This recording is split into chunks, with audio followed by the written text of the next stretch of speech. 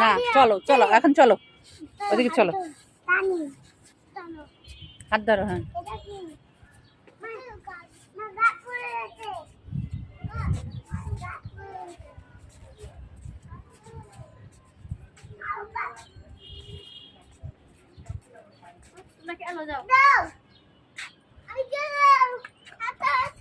শাক ভাজি করবেন আন্টি?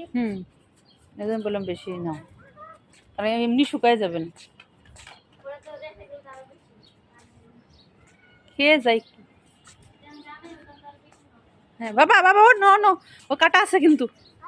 হ্যাঁ ওই বেগুনে কাটা আছে হ্যাঁ ধরো না